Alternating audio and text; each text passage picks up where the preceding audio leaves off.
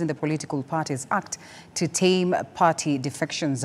Speaking to TV47, the Registrar says a section of the Act needs to be strengthened to specify the kind of pronouncements that will be deemed to warrant, that is, defections and prevent political witch hunt.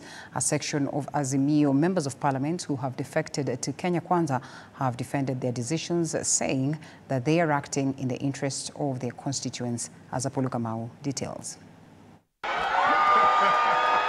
The return of Kwale Senator Boy Issa Juma to the Azimio fold from Kenya Kwanza this week capped a month of defections across Kenya Kwanza and Azimio as realignments for political survival in the 2027 polls start taking shape.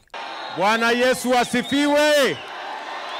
About 2 weeks ago in Laikipia, Kajiado Central MP Memusi Kanchori declared he has joined President William Ruto's Kenya Kwanza. A week earlier, Wiper's Dadaab MP Farama Alim also joined the file of opposition MPs joining Kenya Kwanza. Nimewaambia nilichaguliwa na ODM, lakini nimeangalia, nikajiita kwa kamkutano, nikaona mahali nchi inaenda ni Dr. William Samoei Ruto ataanza tusaidia. Si serikali ijue leo kama paa limevunjika na limerudi nani? ODM!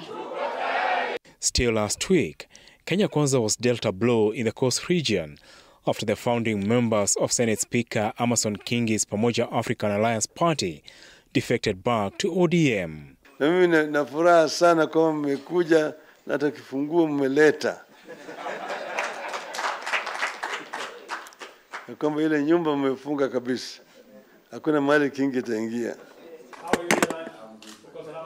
A trend also witnessed last year when a section of ODM MPs from Nyanza declared to work with President Ruto only to be expelled by ODM but saved by the court as Azimio accused Ruto of buying the MPs. The hasty political realignments attracting the attention of the Registrar of Political Parties Anderito, who says Section 14 of the Political Parties Act needs to be strengthened by specifying the kind of pronouncements that will be deemed for one to have resigned and lose his seat. Probably by just pronouncing, you can be deemed to have, to have moved from one party to another. But if you look at Section 14, which is an improvement of the previous time, there's a process by which then a person is considered to have moved from one party to another, and it's also clear what the party should do. Should they fight their member? Not according to what they require. But you remember, the members still have a right. You even when you have removed him, he's allowed to move to court, to the tribunal, then to court, and all the way, even up to the Court of Appeal. Section 14 of the Political Parties Act cites 5 grounds when one is deemed to have resigned from a political party. In the current situation, Section 14E applies, promoting the ideology, interests or policies of another political party. I don't want to focus so much on the question of, we need to change the law. It has been changed several times. In 2011, it was enacted.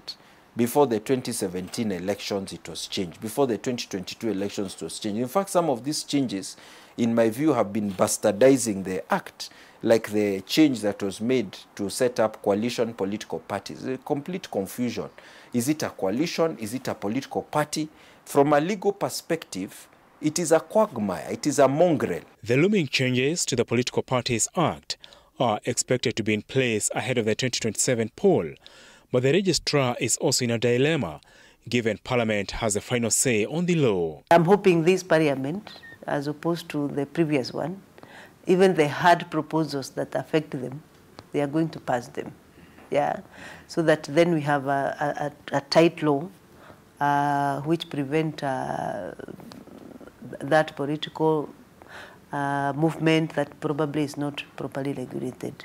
President William Ruto is on the spot after he hosted Jubilee-elected MPs and MCAs at State House Nakuru, which, according to the Jubilee Party, is the government's continued effort to kill multi-party democracy. They were fooling us with the Nadiko report.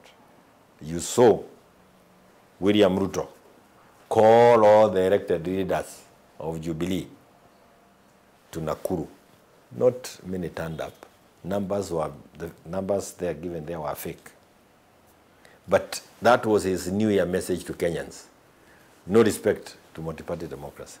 Ahead of the much-anticipated verdict on the Jubilee ownership wrangles, the Registrar of Political Parties has distanced herself from claims of being behind Jubilee party wars. Registrar of Political Parties did what was expected of her. She has been an enabler. There is nothing the rebels have done in Jubilee without consulting her office, including being present in some of the meetings that were held to scheme on how to scatter Jubilee. That evidence we have. And I still believe that Jubilee as a party has mature politicians that can come together and say, this is our party, let's come together, move forward. Because it's their party. Yeah, and we are not part of their. Yeah, but sometimes when you are a referee, you are cooked. Your goose is always cooked. You are doomed if you do, you are doomed if you don't.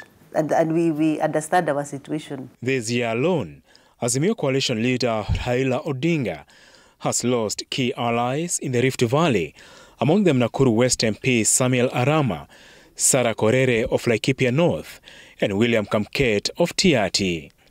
Former governors include Lee Kenyanjui, David Nkedianye, and Alex Tolgos. Former Baringo Senator and Kano Chairman Gideon Moi and Secretary General Nick Salat have also left Odinga. Others are former head of the civil service in the Moi era Dr. Sale Kosgei and Kenya Copyright Board Chairman Joshua Kutuni. Apul Kamau, TV 47.